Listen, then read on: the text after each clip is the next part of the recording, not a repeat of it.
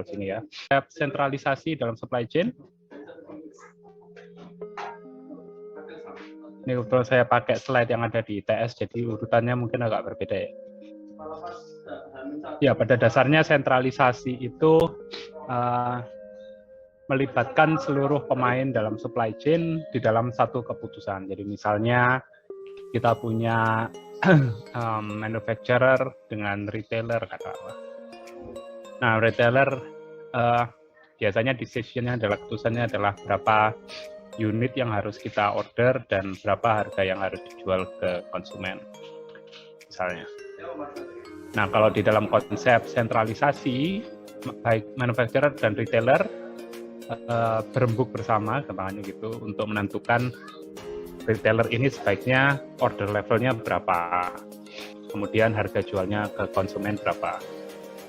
Lawannya dari sentralisasi adalah desentralisasi, yaitu masing-masing dari pemain dalam supply chain, katakanlah kita pakai contoh yang sama ya, manufacturer dan retailer, mereka menentukan keputusannya sendiri-sendiri, jadi tidak tanpa koordinasi.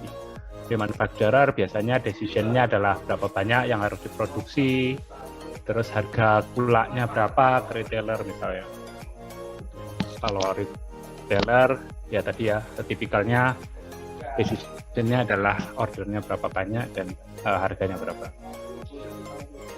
Nah, kalau dengan konsep sentralisasi semua bisa dikoordinasikan dengan lebih mudah. Artinya dengan menurut teori ya, ini karena mungkin urutannya berbeda dengan yang ada di ITS, jadi saya singkat saja. Jadi secara teori keputusan yang dibuat secara tersentralisasi antara pemain-pemain dalam supply chain itu bisa membuat profit masing-masing pemain dalam supply chain itu meningkat dengan adanya koordinasi atau sentralisasi keputusan. Namun sebaliknya mencapai sentralisasi itu juga tidak mudah ya, karena kita harus sharing informasi dari retailer ke manufacturer, dari manufacturer ke supplier, yang di banyak kasus itu tipikal informasi yang rahasia katanya. Rahasia. Misalnya katakanlah manufacturer tadi berapa banyak yang harus diproduksi itu rasanya nggak akan di open sama manufacturer ya. Karena kan manufacturer nggak hanya melayani satu retailer aja, manufacturer kan dia support atau memenuhi demand dari banyak retailer. Nah, karena sulitnya mendapatkan informasi-informasi semacam ini, jadi sentralisasi itu walaupun secara teoritis bisa menghasilkan profit yang lebih tinggi, tapi karena ada trust issue salah satu diantaranya, sehingga tidak mudah menciptakan situasi sentralisasi. Yang banyak ditemukan adalah desentralisasi, artinya masing-masing pemain menentukan keputusannya sendiri-sendiri tanpa ada koordinasi. Nah, dalam desentralisasi tersebut akan sangat rawan terjadi distorsi informasi. Karena mereka tidak saling tahu, manufacturer tidak tahu apa yang terjadi di retailer tidak tahu apa yang terjadi di manufacturer misalnya ya. Dalam contoh yang paling sederhana, manufacturer dan retailer. Padahal kita tahu ya, di supply chain itu kan pemainnya nggak cuma dua, ada supplier, manufacturer, kemudian mungkin ada distributor atau wholesaler sebelum masuk ke retailer. Contohnya di sini saya ambil dari bukunya Profesor Nyoman Tujawan juga. P&G itu tahu ya, produk-produk seperti sabun, bedak, popok, bayi. Itu kan tipikal produk yang demand-nya stabil. Namanya produk fungsional ya.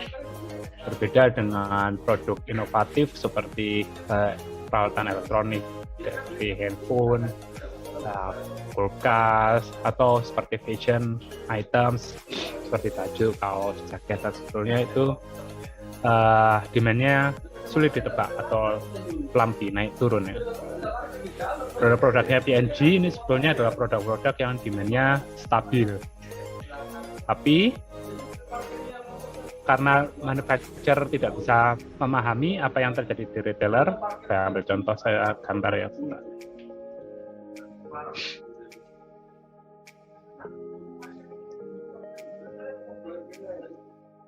Ini ada manufacturer yang mengirim barang pada retailer, di mana retailer melayani end consumer ya.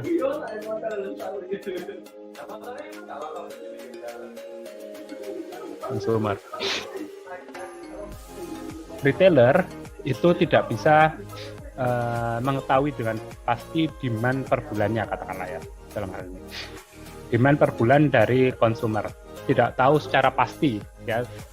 Mungkin bisa dibayangkan toko-toko, mungkin toko-toko chain store seperti Indomaret, Alfamart, atau bahkan kelontong, toko kelontong sampai toko yang lebih besar seperti Hypermart, Giant. Itu walaupun mereka menjual barang-barang fungsional, tapi mereka nggak bisa dengan pasti mengetahui demand dari konsumer mereka per bulannya. Mereka cuma bisa meramalkan ya, meramalkan. Akan ada error di sana, akan ada kadang retailer estimate terlalu tinggi, memperkirakan terlalu tinggi, kadang dia memperkirakan terlalu rendah. Nah, yang terjadi adalah retailer menghadapi variansi atau ketidakpastian terhadap demand dari konsumer. Ini adalah ketidakpastian tahap pertama. Retailer harus melakukan order ke manufacturer kan. Di sini terjadi ketidakpastian tahap kedua. Artinya manufacturer juga tidak bisa menebak berapa banyak yang akan di order oleh retailer per bulannya. Jadi saya tulis di sini, ini adalah ketidakpastian yang pertama. Ini adalah ketidakpastian yang kedua. Hasilnya, walaupun di sini mungkin errornya akan relatif lebih kecil dibanding, karena saya pelan-pelan ya. Anggaplah ini garis demand-nya. Ya tentu dia, oke, saya terus. Anggaplah merah ini adalah demand per tahunnya ya, per bulannya.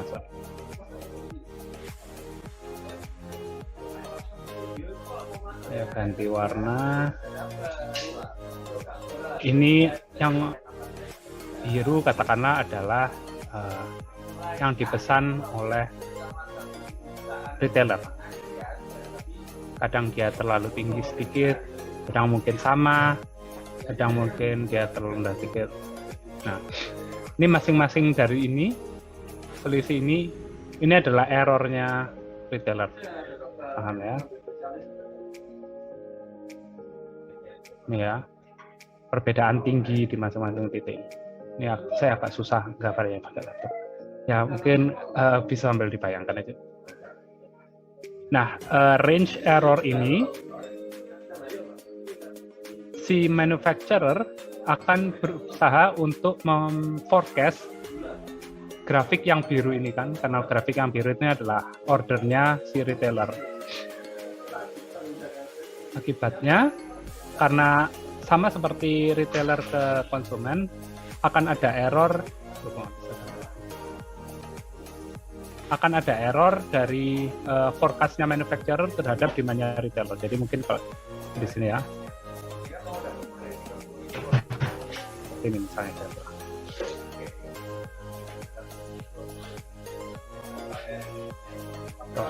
nah ini dia akan teramplifikasi errornya dia, karena dia berusaha memforecast sesuatu yang memang sudah tidak pasti.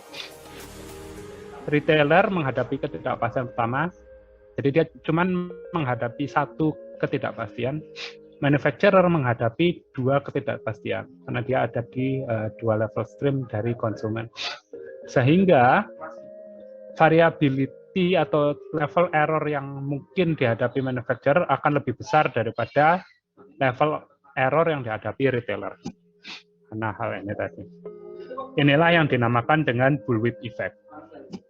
Jadi bullwhip effect itu pada dasarnya adalah teramplifikasinya, meningkatnya ketidakpastian atau meningkatnya variabilitas dari demand mulai dari hulu ke mulai dari hilir ke hulu. Jadi yang pemain yang semakin mendekati hulu atau semakin menjauhi end consumer itu akan menghadapi variabilitas demand yang lebih tinggi. Ini tentu kalau kita teruskan, misal di sini ada supplier katakanlah.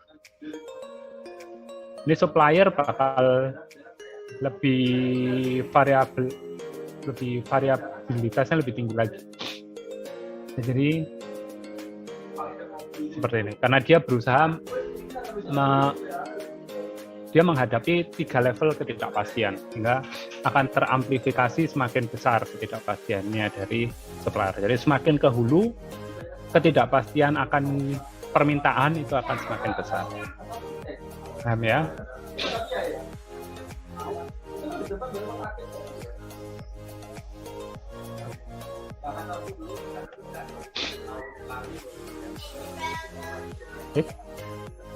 Jadi ini adalah dampak-dampak yang mungkin terjadi akibat dari bullwhip effect. Ya tentu yang pertama amplification of uncertainty, ya ketidakpastiannya jadi lebih besar. Akan terjadi order overstatement atau understatement sekaligus ya, semakin ke hulu. Jadi resiko untuk terjadi overstatement atau overorder atau underorder itu akan semakin besar. Tentu ini akan berpengaruh ketat dengan inventory cost ya. Karena kalau kita overstock, artinya kan kita punya kelebihan inventory yang cukup banyak. Kalau understock berarti kita ya bisa jadi kalau di tingkat manufacturer atau supplier bisa jadi dihitung sebagai back order ya. Back order itu kan harus dipenuhi di periode selanjutnya plus harus membayar penalti ya karena tidak sanggup memenuhi order. Jadi biaya inventorinya tentu akan semakin besar. Ini akan semakin tidak menguntungkan perusahaan-perusahaan yang ada di hulu seperti supplier. Bullwhip effect ini. Uneven inventory status ya tadi ya, throughout supply chain. Yang paling kecil dampaknya tentu adalah retailer, karena sekali lagi retailer cuma menghadapi satu level ketidakpastian, sehingga inventorinya mungkin ya walaupun nggak sempurna, nggak selalu pas dia order demand-nya, tapi variabilitasnya nggak begitu besar dibanding yang lain. Terakhir ini adalah mungkin dampak tidak langsung ya mungkin. Akibatnya apa kalau bullwhip effect ini dibiarkan? Akibatnya bisa jadi manufacturer, supplier, dan seterusnya yang di belakang-belakang tadi menetapkan harga jadi lebih tinggi karena dia berusaha untuk mengkompensasi naiknya inventory cost. Jadi inventory cost-nya mereka kan naik nih dengan adanya bullwhip effect tadi. Nah, cara mereka untuk memitigasi adalah menaikkan harga gulanya mereka masing-masing. Apa dampaknya ketika pemain-pemain yang ada di hulu menaikkan harganya? Dampaknya adalah sampai di level retail harganya sudah besar, akibatnya retail pun juga akan menaikkan harga produknya ke konsumer. Ketika retail menaikkan harga produknya ke konsumer, bisa dibayangkan demand-nya jadi kecil. Kalau demand-nya kecil di level retailer, bisa dibayangkan profit ke belakang-belakang juga kecil. Karena demand-nya retailer kecil, ya nggak ada yang di-order kan. Jadi retailer walaupun mereka tidak langsung terdampak oleh bullwhip effect atau dampaknya kecil terhadap bullwhip effect, tapi dampak tidak langsungnya jadi besar dan berpengaruh ke seluruh pemain, nggak cuman pemain-pemain yang ada di hulu aja, seluruh pemain, dan membuat the whole supply chain menjadi tidak kompetitif. Ya bisa dibayangkan kalau ada dua supply yang sama-sama memproduksi hal yang sama, misalnya sama-sama produksi sendal misalnya. Satu supply chain itu saling berkoordinasi sehingga bullwhip effect tidak terjadi, tidak ada ketidakpastian antar pemain. Yang satunya menjalankan sistem desentralisasi, artinya mereka bekerja sendiri-sendiri. Dampaknya yang bekerja sendiri-sendiri, harga retail ke konsumernya akan naik sehingga tidak kompetitif untuk satu supply chain dibandingkan pemain yang saling berkoordinasi antar supply chain.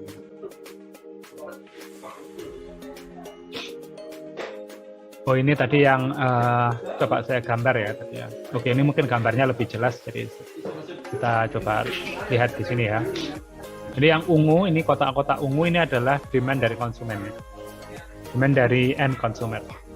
Bisa dilihat di sini cukup stabil ya, walaupun ada naik turun, tapi overall secara keseluruhan cukup stabil. Sekitar mungkin di kisaran ya 200 sampai 240 mungkin ya. Kemudian si retailer sebagai pemain yang paling dekat dengan end consumer, kan mereka sebetulnya tidak tahu angka-angka ungu-ungu ini. Ini kan sesuatu yang baru mereka ketahui ketika sudah terjadi ya, ketika sudah terjadi. Saat belum terjadi kan mereka nggak tahu ada kotak-kotak ini di posisi sekian.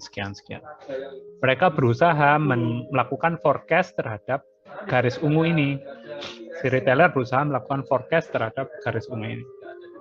Hasil forecast mereka tentu kan nggak bisa 100% tepat ya, karena tidak ada yang bisa meramalkan hal yang 100% pas. Jadi mereka cuma bisa kira-kira ada di mana permintaan akhir. Terbentuklah garis dengan segitiga kuning ini. Segitiga kuning ini ya. Kalian lihat ini kadang ini understock karena dia order lebih kecil daripada permintaan akhir. Ini kadang overstock di sini, ini pas ya kurang lebih. Ini understock lagi, ordernya kurang lagi, ini ordernya kebanyakan, terus sampai ke belakang. Kita lihat di sini variabilitasnya ya masih kecil lah ya, masih ini kadang hampir 0 di sini. Ini ada sekian, berapa ini mungkin kira-kira ada 50 unit. Ini kira-kira mungkin ada 10 unit, ini pas. Ini 50 unit kira-kira, ini 30 dan seterusnya ya. Kalian lihat selisihnya antara order retailer dengan permintaan sebenarnya itu kecil karena mereka hanya melakukan forecast terhadap satu garis. Nah, kita mundur lagi ke belakang. Di sini pakai contohnya distributor. Distributor sama seperti retailer terhadap permintaan akhir konsumen. Distributor tidak tahu angka-angka yang muncul di segitiga kuning ini.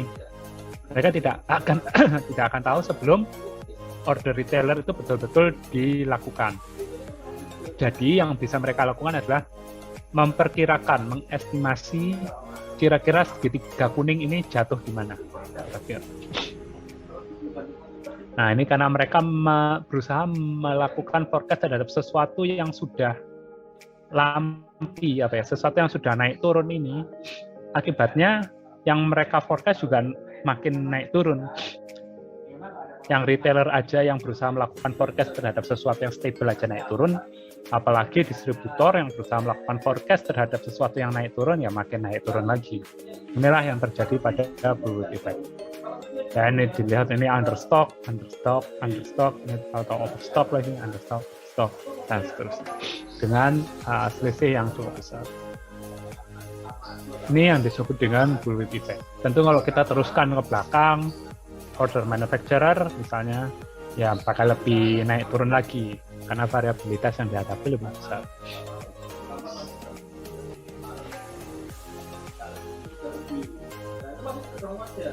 Ini konsep atau sistem atau skema yang biasa terjadi ya dalam konsep desentralisasi. Jadi retailer memutuskan berapa unit yang harus mereka order ke wholesaler memutuskan berapa unit yang harus mereka order ke distributor memutuskan berapa unit yang harus diorder di factory. Factory pun jangan lupa, factory juga punya keputusan untuk berapa unit yang harus mereka buat, artinya yang harus mereka order ke lantai produksi. Nah, ini akan lebih parah ketika ada lead time yang cukup panjang di antara pemain-pemain ini. Kalau lead time-nya itu singkat, katakanlah instan. Begitu retailer order, wholesaler bisa kirim misalnya. Begitu juga yang lain ya, begitu wholesaler order, distributor langsung bisa kirim saat itu juga. Dan seterusnya. Akibatnya apa? Kalau semuanya ini serba instan, akibatnya kalau retailer menghadapi overstock atau understock, itu bisa langsung secara instan diperbaiki dari factory langsung. Misalnya retailer mengalami understock, dia langsung melakukan order ke wholesaler tentang sejumlah unit, selisih unitnya tadi. Wholesaler juga begitu, bisa langsung melakukan order ke distributor karena instan ya. Jadi begitu order barangnya langsung masuk. Begitu order barangnya langsung masuk. Akibatnya ya bullwhip effect-nya tidak berdampak apa-apa karena begitu ada kekurangan langsung order lagi, bertaruh langsung order. Nah, kalian bayangkan kalau lead time-nya itu bisa berminggu-minggu katakanlah. Padahal demand itu terus berjalan. Nah, itu efek dari bullwhip-nya bakal lebih teramplifikasi lagi. Ini adalah cara yang baik untuk menyelesaikan bullwhip effect, namun ya itu tadi ya, agak susah diterapkan di kehidupan real case. Yaitu retailer tidak hanya menginformasikan ke wholesaler tentang demand dari end consumer, tapi dia juga menginformasikan ke distributor dan factory. Sehingga semua bisa tahu apa yang terjadi di end consumer, di ketidakpastian pertama. Paham ya?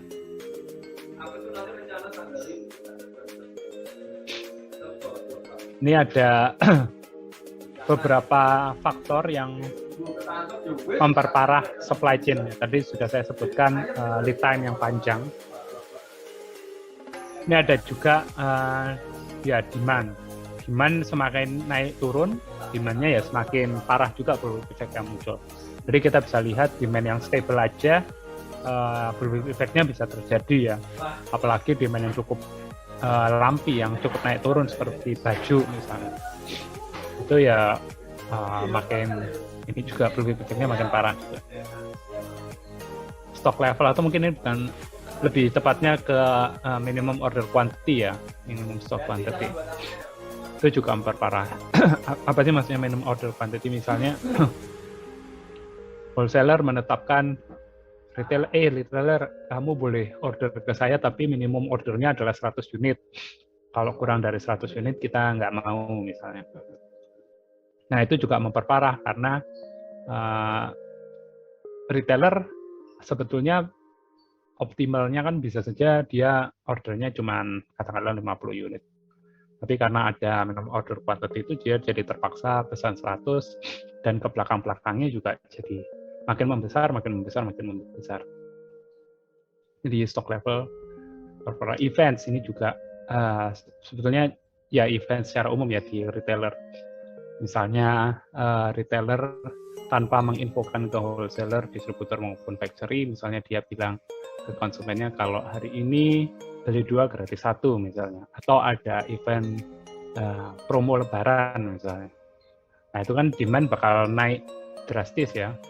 Sementara wholesaler, distributor, factory karena tidak diinfokan oleh retailer, mereka nggak akan siap dengan lonjakan demand. Akibatnya bakal banyak terjadi understock di sini, wholesaler, distributor, factory. Nah, itu memperparah bullwhip effect. Irregular patterns ya, seperti kemarin misalnya ya ada COVID-19. Siapa yang menyangka tahu-tahu demand masker itu meningkat dengan drastis ya, nggak ada yang tahu gitu. Itu juga memperparah bullwhip effect.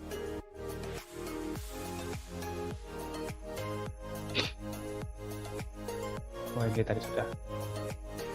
Ini penyebab bullwhip effect, tadi order batching saya. Oke, ya, demand forecast updating.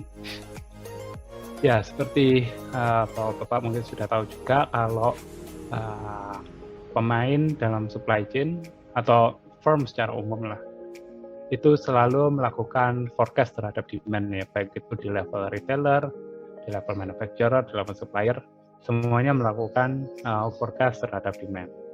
Karena forecast ini sifatnya itu adalah sesuatu yang hasilnya itu estimasi, jadi belum tentu betul. Jadi semakin panjang horizon forecast-nya, misal saya hari ini tanggal berapa ini ya, tanggal 25 April, berusaha memforecast permintaan di tanggal 25 Mei misalnya, atau jangan 25 Mei, 25 Juni katakan. masih 2 bulan lagi. Itu akan sangat sulit buat saya, katakanlah saya ada di level retail, sangat sulit buat saya untuk menebak dengan pasti berapa angka demand di tanggal 25 Juni atau 2 bulan lagi dari sekarang.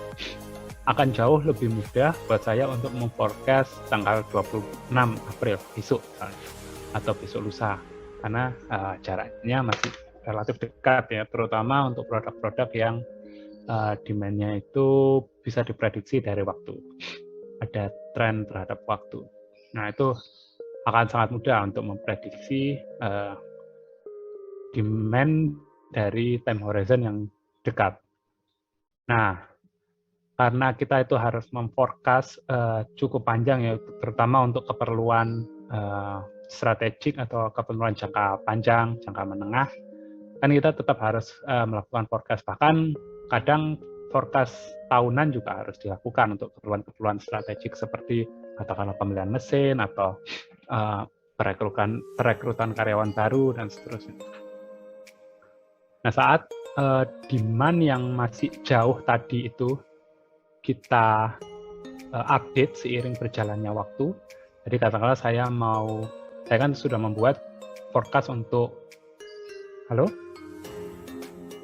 Putus-putus suara saya? Ya, terdengar, Yin. Masih terdengar. Oke, terdengar ya. Jadi ketika saya mencoba melakukan forecast terhadap permintaan pada tanggal 26 Juni, misalnya sekarang 26 April, ini kan waktu jalan terus ya, 25, 26, 27, 28, 29, 30, tanggal 1 Mei misalnya sampai 25 Mei misalnya, sehingga tinggal 1 bulan lagi. Sangat mungkin buat saya untuk merubah angka forecast di 26 Juni tadi. Jadi misalnya saat ini saya melakukan forecast, mungkin tanggal 26 Juni demand-nya adalah 100 unit misalnya. Terus seiring berjalannya waktu saya belajar dari tren, ini kira-kira ini akan menurun terus nih dari tanggal 25 Mei ke 25 Juni. Maka saya akan melakukan demand forecast update. Jadi saya update angka forecast saya. Misalnya berkurang jadi 70 unit misalnya untuk perkiraan tanggal 26. Nah, updating ini juga bisa menimbulkan bullwhip effect atau memperparah bullwhip effect apabila ini tidak diinformasikan ke pemain-pemain lain yang di belakang, karena mereka mungkin akan memperkirakan mungkin demand-nya ya akan sama gitu. Demand dari si retailer, demand dari pihak saya akan sama sekitar segini aja, karena kemarin pesennya juga segitu. Mereka nggak tahu kalau saya melakukan demand forecast untuk 1 bulan ke depan. Demand forecast update untuk 1 bulan ke depan. Ada perubahan terhadap forecast saya 1 bulan ke depan. Nah, kalau ini tidak diinformasikan, maka itu akan memperparah bullwhip effect. Order batching itu tadi ya, yang minimum order quantity. Price fluctuation ini sebetulnya sama kayak event tadi, misal ada beli 2 gratis 1 atau promo lebaran, atau bahkan sebaliknya, misalnya retail memutuskan untuk menaikkan harga barang gitu. Mungkin karena dilihat demand-nya ini tinggi banget, ini saya masih bisa naikkan harga. Akhirnya yang terjadi demand-nya jadi turun, dan kalau itu nggak diinformasikan, ke belakang-belakangnya akan terjadi bullwhip. Ke belakang-belakangnya mereka akan kesulitan. Maksudnya mereka pemain-pemain yang di belakang ya, distributor, manufacturer, itu akan kesulitan untuk menentukan order mereka masing-masing. Terakhir adalah rationing short term ini juga penting. Jadi katakanlah saya sebagai distributor melayani 5 retailer di area saya misalnya. Suatu hari saya pesan order 100 unit ke manufacturer misalnya. Saya pesan 100 unit ke manufacturer. Ternyata untuk itu ya, jadi ya untuk 5 retailer tadi, untuk mengakomodasi demand dari 5 retailer tadi. Ternyata pada bulan tersebut demand 5 retailer itu kalau dijumlah 120 misalnya, sehingga saya nggak bisa memenuhi total demand dari keseluruhan retailer. Nah, rationing ini yang biasa dilakukan adalah daripada saya harus katakanlah gini deh, 120 saya per detail lagi ya. 120 itu 24 ya. Ya 24 atau jangan ganjil 25 deh. Jadi 125 ya demand-nya. Jadi ada 5 retailer masing-masing demand-nya ternyata 25 unit. Jadi yang saya lakukan bukan retailer A saya penuhi 25, retailer B saya penuhi 25, retailer C saya penuhi 25, retailer D saya penuhi 25, tapi yang satunya enggak saya penuhi sama sekali. Daripada seperempat yang dipenuhi full, satu yang enggak. Biasanya yang dilakukan rationing adalah masing-masing itu dipotong sama rata. Jadi misal cuma dapat 80%-an dari semuanya. Jadi cuma dapat 20, 20, 20, 20 rata semua. Sehingga sama-sama mereka semua cuma dapat 80% dari apa yang mereka minta. Nah, itu namanya rationing. Jadi disamaratakan. Tidak ada yang satu retailer dipenuhi semua demand-nya, yang lain enggak. Itu rationing.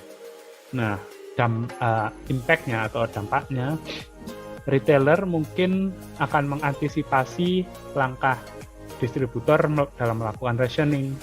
Jadi mereka meningkatkan demand mereka ke distributor. Jadi misalnya yang tadi ya, semisalnya dari hasil forecast mereka sebetulnya demand-nya 25 unit.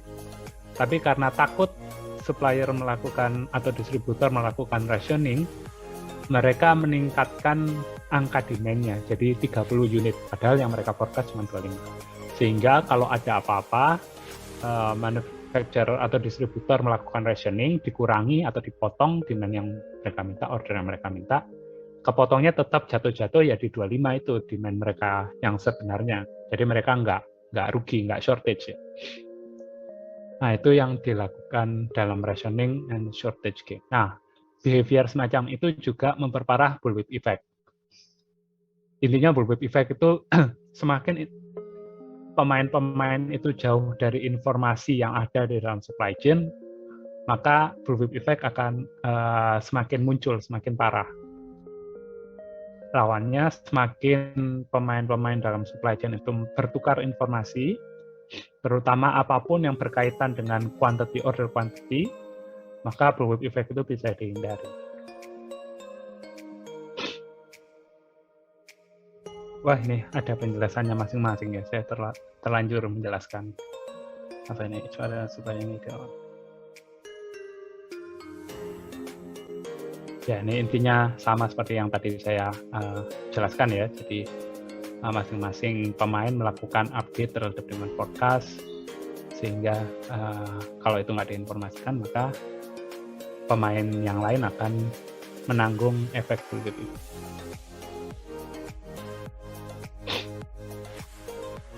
Order batching ini karena menghalangi pemain dalam supply chain untuk melakukan order dalam jumlah yang fleksibel, jumlah yang ekonomis bagi mereka, sehingga seringkali mereka atau pemain-pemain dalam supply chain itu harus melakukan order lebih dari apa yang mereka butuhkan atau lebih dari jumlah ekonomis yang seharusnya mereka miliki.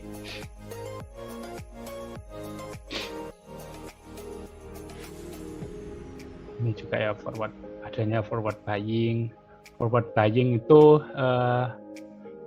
biasanya adanya di level hulu ya. Misalnya dari distributor order ke manufacturer misalnya.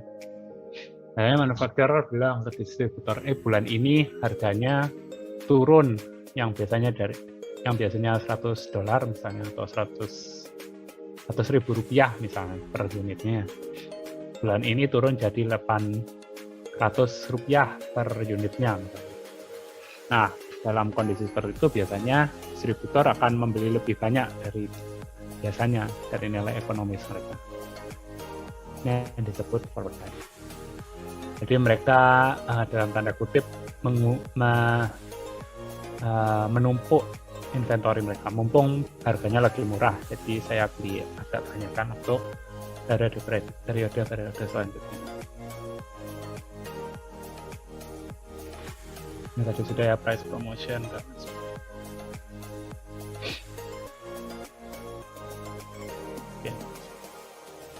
Nah, sekarang bagaimana cara mereduce atau mengurangi bullwhip effect yang muncul? Satu cara yang paling jelas adalah information sharing. Semua data dibuka, retailer membuka ke manufacturer, ini loh demand atau forecast demand saya. Jadi tolong persiapkan selama 1 bulan ini saya akan melakukan order minggu ke-1 saya order sekian, minggu kedua saya order sekian, minggu ketiga saya order sekian, tolong dipersiapkan. Dan itu dikasih tahu nggak cuma ke distributor ya, nggak cuma ke distributor tempat dia melakukan order, tapi juga ke manufacturer, juga ke supplier, sehingga satu supply chain itu punya bayangan yang jelas. Kemudian bisa melakukan perubahan atau adjustment di supply chain structure. Biasanya yang paling signifikan adalah mengurangi pemain dalam supply chain ya, atau memperpendek supply chain. Misalnya awalnya ada supplier, manufacturer, distributor, wholesaler, retailer misalnya. Ada 4 pemain. 4 pemain ini kan semakin ke hulu semakin besar efeknya. Kemudian supplier bilang, udah deh nggak usah pakai distributor, dari wholesaler langsung aja ke manufacturer. Jadi dari distributor langsung dari wholesaler langsung ke end consumer. Jadi pemainnya cuma supplier, manufacturer, wholesaler sama retailer. Nah, itu kalau supply chain structure-nya dipotong, pemainnya dikurangi, bisa mengurangi bullwhip effect juga. Mengurangi fixed cost, ini hubungannya sama tadi yang minimum order quantity tadi. Jadi minimum order quantity itu kan sebetulnya cara untuk memitigasi atau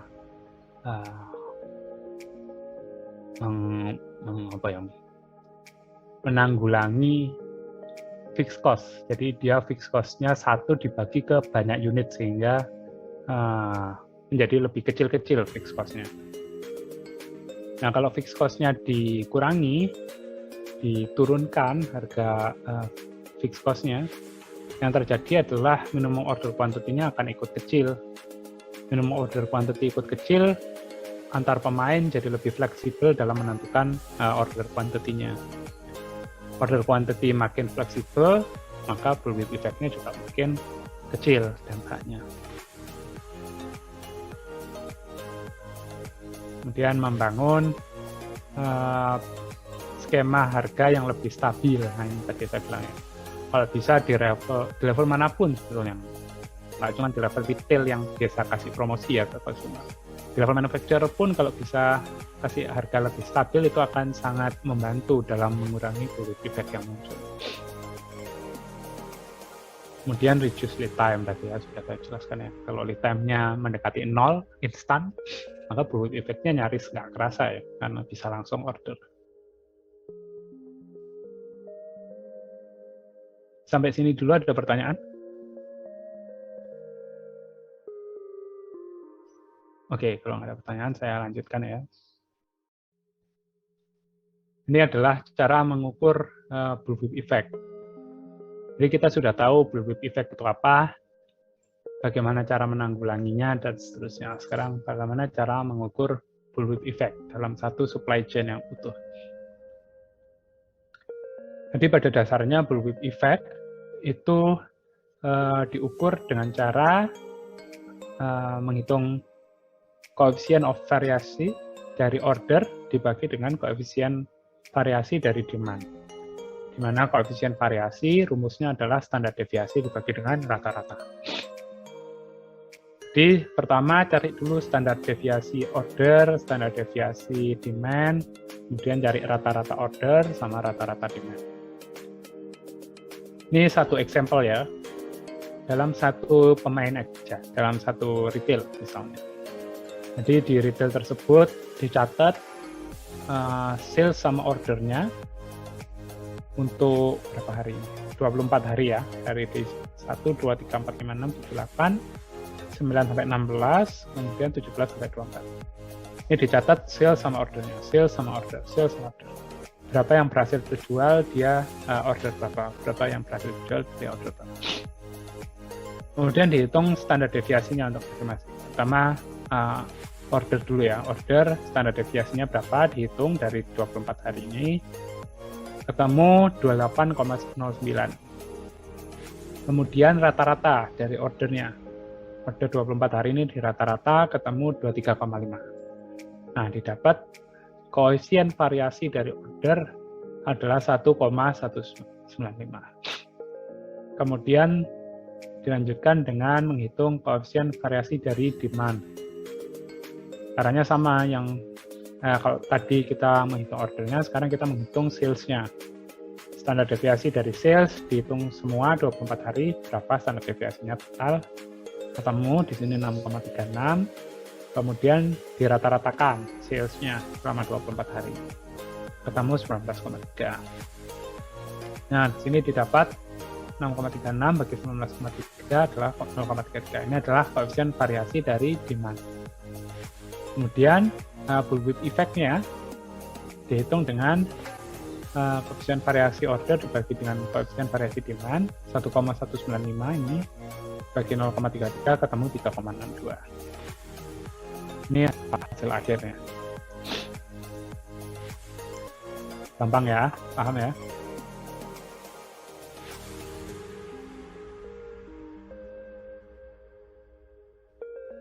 Nah, ini tadi kita baru bicara satu pemain aja, satu retailer aja. Gimana kalau sebetulnya distributor itu melayani banyak retailer?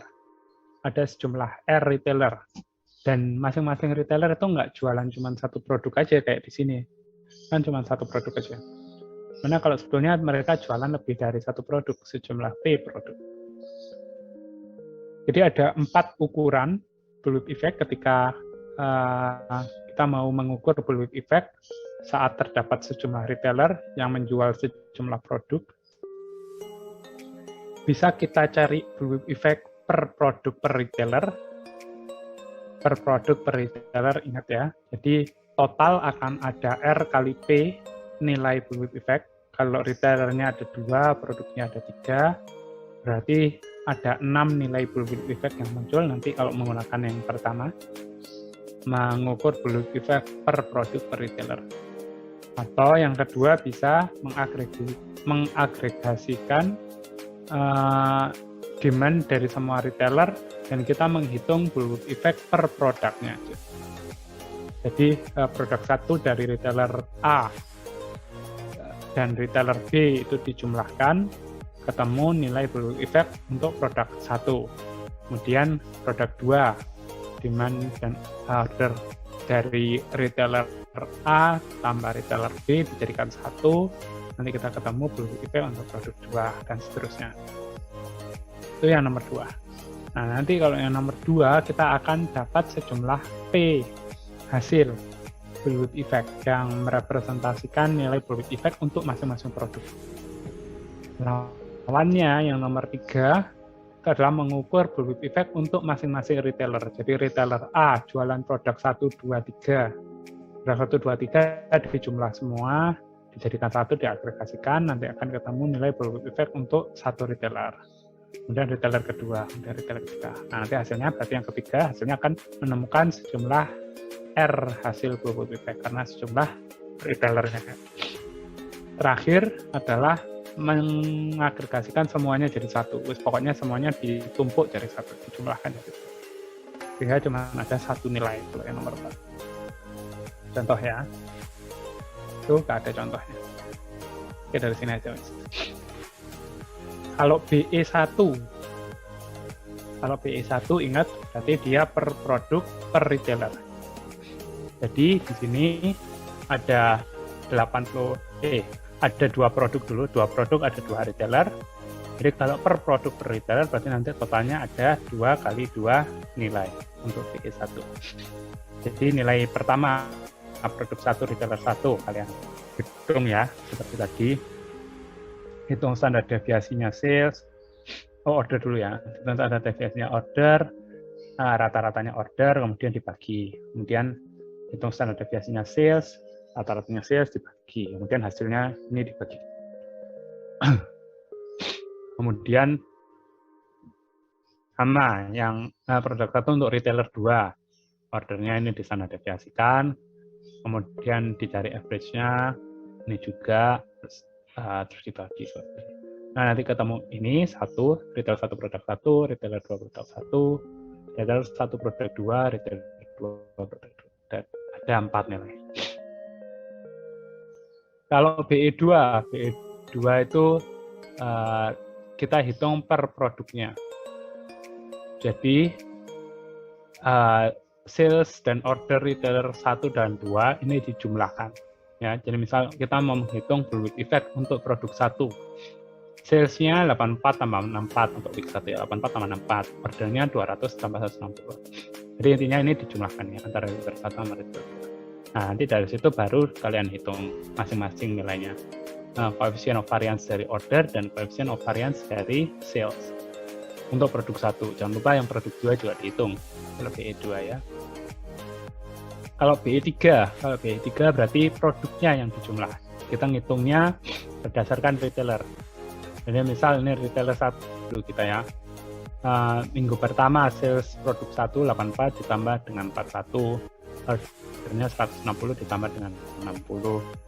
Dan kalau sudah semua baru dihitung koefisien variansinya tadi ya.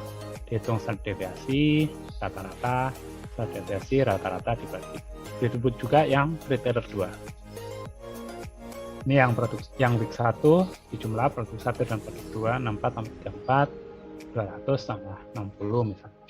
Sehingga dapatlah nilai bullwhip effect untuk produk 1 dan produk 2. Kalau yang BE4 berarti semuanya dijadikan 1. Jadi untuk week 1 nanti salesnya 84 tambah 64 tambah 41 tambah 34. Ordernya untuk week 1 160 tambah 200 tambah 60 tambah 60. Dan seterusnya. Bisa semua? Ya. Saya sampai jam berapa ini, Mas? Pak? Jam 3 berarti sampai jam 1 berarti sampai jam berapa? Saya masih punya waktu. Sampai 30. Oke, masih punya waktu sekitar 20 menit ya. Mungkin 20 menit ini saya berikan waktu ke Bapak untuk menghitung hasil dari BE1, BE2, BE3, dan BE4. Nanti kalau sudah kita ketemu lagi 14.25 gitu ya untuk membahas. Bisa? Oke. Ini saya biarkan.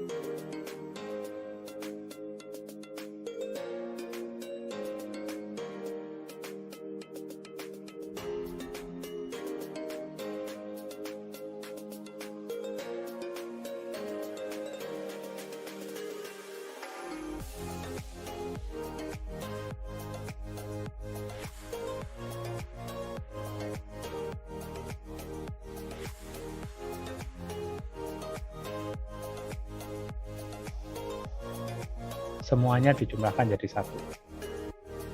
Sales order dari produk 1, retail 1, produk retail 2, produk 2, retail 1, dan produk 2, retail 2. Sehingga cuma ada satu nilai B4. Bisa ya Bapak-Bapak? Kalau gitu kelasnya bisa saya akhiri di sini. Kita ketemu lagi setelah Lebaran sih. Seperti 9 kita akan bermain game. Insya Allah. Oke. Ya, kalau boleh kami minta Ya. file Excel yang tadi Pak untuk belajar Pak. Oh ya boleh. Oke, nanti saya kirimkan lewat ketua kelasnya ya. Ya. Oke, kalau gitu saya tutup saya live ya. Selamat sore. Selamat sore Pak, terima kasih. Sore, Jin, Pak dosen.